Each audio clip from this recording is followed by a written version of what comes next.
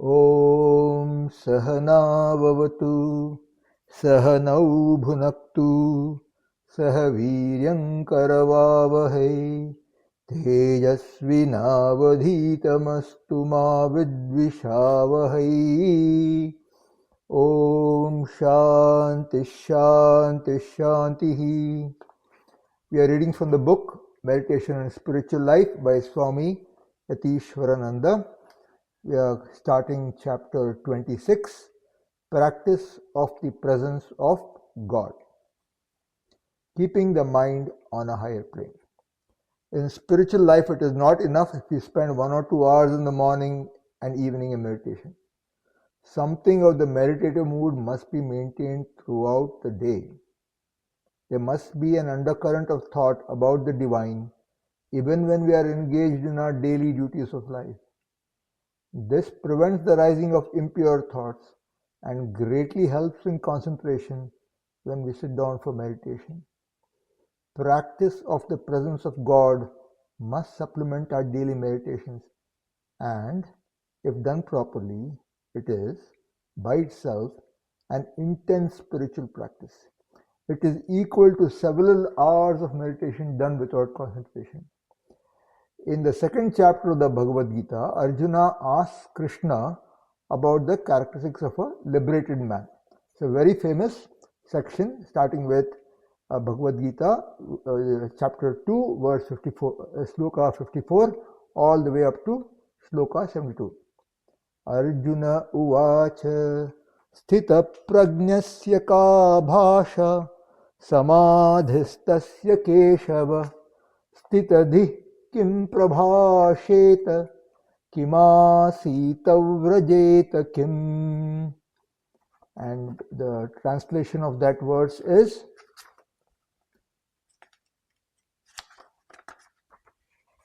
Arjuna said, Keshava, that is Krishna, what is the description of a person of firm wisdom, one whose mind abides in the self? How does such a person, whose mind is not shaken by anything, speak, sit, and walk? Of course, to understand this, you shouldn't take literally speak, sit, and walk.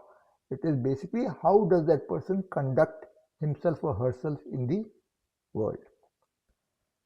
So again, in the second chapter of the Bhagavad Gita, Arjuna asks Krishna about the characteristics of a liberated man. What is the purpose of this sort of cataloging the characteristics of a perfect devotee, which you find repeated in many places in this book and also in other spiritual texts? Shankara, in his commentary on the second chapter of the Gita, explains this point. He says that the characteristics of a liberated man are to be regarded as the virtues or disciplines to be practiced by the imperfect. What is a strenuous discipline for the struggling soul is an embellishment to the perfect. Hence the importance of knowing the conduct and character of an advanced soul. The main point to note in all these instructions is the importance of keeping the mind on a higher plane always. The mind should never be allowed to come down. This happens when you forget the supreme ideal and get absorbed in worldly affairs. Since work and duty are unavoidable, these are to be converted into means for keeping contact with the divine. Unless one does it, a little japa and meditation done in the morning and evening do not help much. We should remember the Lord always, and the only way of doing this is to connect everything we do and think to the divine. It is very dangerous to let the mind remain vacant or to brood over the past. If you allow the mind to remain unoccupied, it will go on thinking useless thoughts, brooding over past experiences. All these do no good to anybody. If you get into such a mood, at once take up reading some good book or do some selfless service to somebody. You will find that that mood will soon pass. Otherwise, if you just sit and brood over the past, you will not only waste time, but also produce self-created obstacles. The importance of serious studies in religious life can never be overemphasized. They are very important for most of the aspirants. It is presumptuous to think that studies are no longer necessary for you. that you can attain everything through your meditation. Meditation, no doubt, helps in opening up the higher centers, but all the mental and vital energies cannot be made to flow through these higher centers. A large quantity of surplus energy is left at the lower centers, and if this is not channelized through some creative work, it may lead to unnecessary disturbance of the mind. Studies and selfless work should be looked upon as a form of spiritual practice. They should form a part of any comprehensive scheme of spiritual life. They should not be left out as unnecessary or useless. If you are able to do something creative at other times, you will never feel the monotony of life. Otherwise, especially for the beginners, spiritual life itself may become an intolerable monotony. Our spiritual life is to be judged by the type and frequency of the thought of the divine that arises in our mind in the course of the day. Just sitting down for an hour's meditation once or twice a day is not enough. In the midst of our daily work and duties, the thought of God must constantly bubble up. That is real spiritual life. Otherwise, you remain spiritual only for an hour or two a day. The rest of the time, you are no different from an ordinary worldly person. But of course, this needs conscious struggle for a long time. Unpleasant situations and people cannot be avoided, and these disturb our mind. So you must learn to connect them also to the divine. Find some place for the so-called wicked people and unfortunate circumstances in the larger plan of divine existence. Then usually you will discover that the people don't look wicked, nor the situation so unfortunate after all. Through steady practice, you will be able to throw your ego into the background, bring the divine to the forefront, and make him dominate your thought life. It is the clinging to our little self or ego that is the major problem in spiritual life. This should be attenuated. It is your attitude to yourself that is perhaps the greatest obstacle to your spiritual progress, not so much other people and circumstances. Continuity of practice. Through practice, you will be able to repeat the Lord's name or chant a hymn of prayer and think of him while your hands are busy with work. It is in this way that you will be able to transform work into worship and be nearer to God. Prayer and meditation at fixed hours are most essential for spiritual progress. But that is not enough. Something of the prayerful and meditative mood is to be continued during the period of work also. It is then that work, attempted to be done in the spirit of consecration, becomes a form of spiritual practice as much effective as prayer and meditation. Says a Hindu hymn, "All that I do, O Lord, is thy worship." So it says here, see chapter 17, footnote 14. This actually refers to the Shiva Manasa Puja by Adi Shankaracharya. Yadyat karoti tat. Let me look it up. It's from the Shiva Manasa Puja, that much I remember, and I'll find the exact thing. Give me a moment here.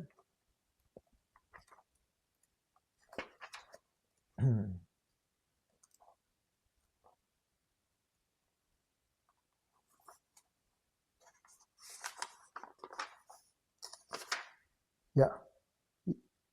Yadyat karma karomi tattadakhilam shambho tavaradha. Yadyat karma karomi tattadakhilam shambho tavaradhanam.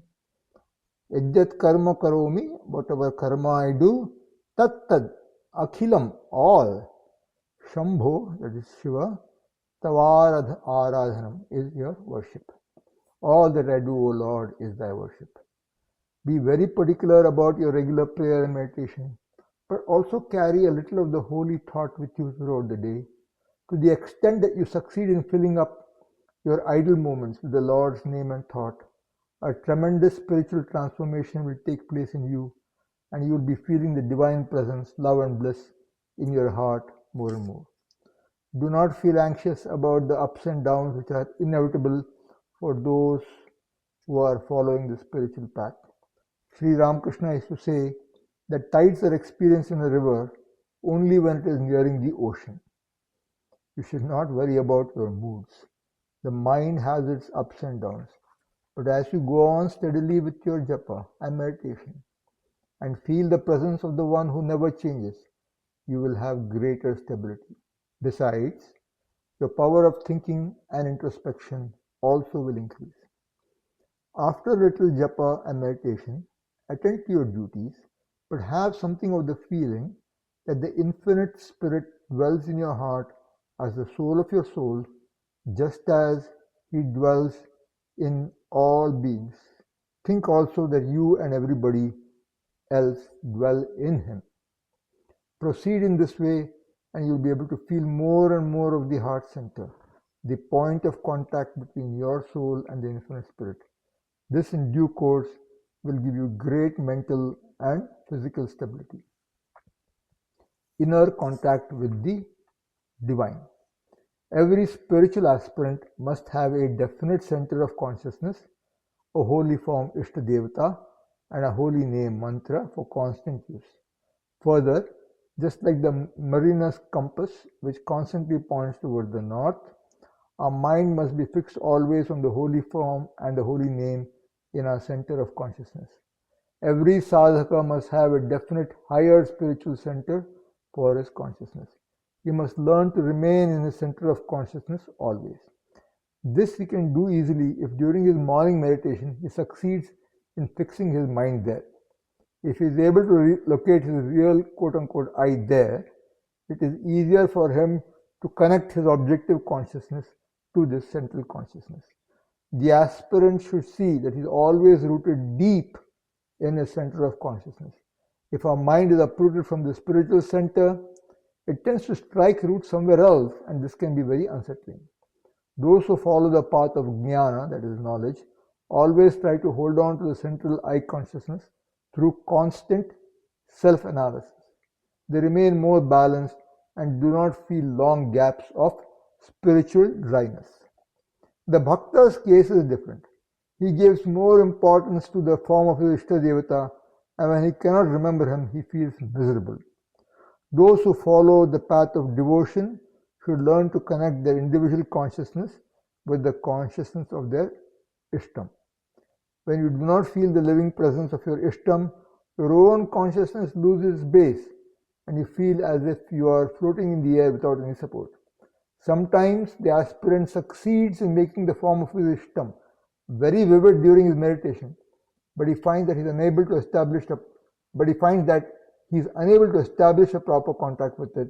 He is unable to connect his consciousness with that of the Ishtam. This brings profound disturbance and often a prolonged unsettlement. For days together, the aspirant lives in a sort of emotional vacuum. If temporarily you feel out of touch with your Ishta Devata, please do not lose heart. Go on praying and doing your spiritual exercises and also your reading of scriptures. Wait with inner intensity. The inner contact will be restored and more deeply than before.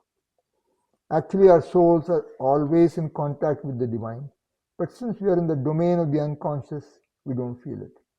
Our impurities, inner impulses, and fantasies keep us from rising to the higher plane of consciousness where we can easily feel the divine contact. Hence, the great importance attached to the purification of mind in spiritual life. The main problem for modern people is that they don't feel intense love for their Ishtam and have not succeeded in establishing a proper relationship with him. If there is true love for the divine, the love tends to be expressed in work. Every form of work becomes an expression of the aspirant's adoration for the divine. Overactivity and obstacle. There are some people who want to save the world without even knowing how to save themselves. Without solving your own problems, you cannot solve those of the world. This is the trouble with most fanatical reformers. They do not really know anything of themselves, and yet they want to reform others. Such is our perverse nature that we go on multiplying work until it absorbs all our time and energy. We should not multiply our duties unnecessarily. We should not run after work. We need a certain amount of leisure. We should always find time for our spiritual exercises and our devotions. Overactivity is an obstacle in spiritual life. Again and again, we come across the tendency in people to multiply work, especially in the West, with its restlessness and aimless passion. Sri Ramakrishna always used to discourage the tendency in certain people to increase work, to increase their duties. So this is from the Gospel of Sri Ramakrishna, translated by Swami Nikhilananda, published in 1974, pages 72, 406 to 407, 641, etc. It is an unbalanced mentality. It just shows restlessness and an attempt at escape. It is nothing praiseworthy. No human being can achieve anything without leisure well used. Most overactive people lack balance, have an abnormal psychology.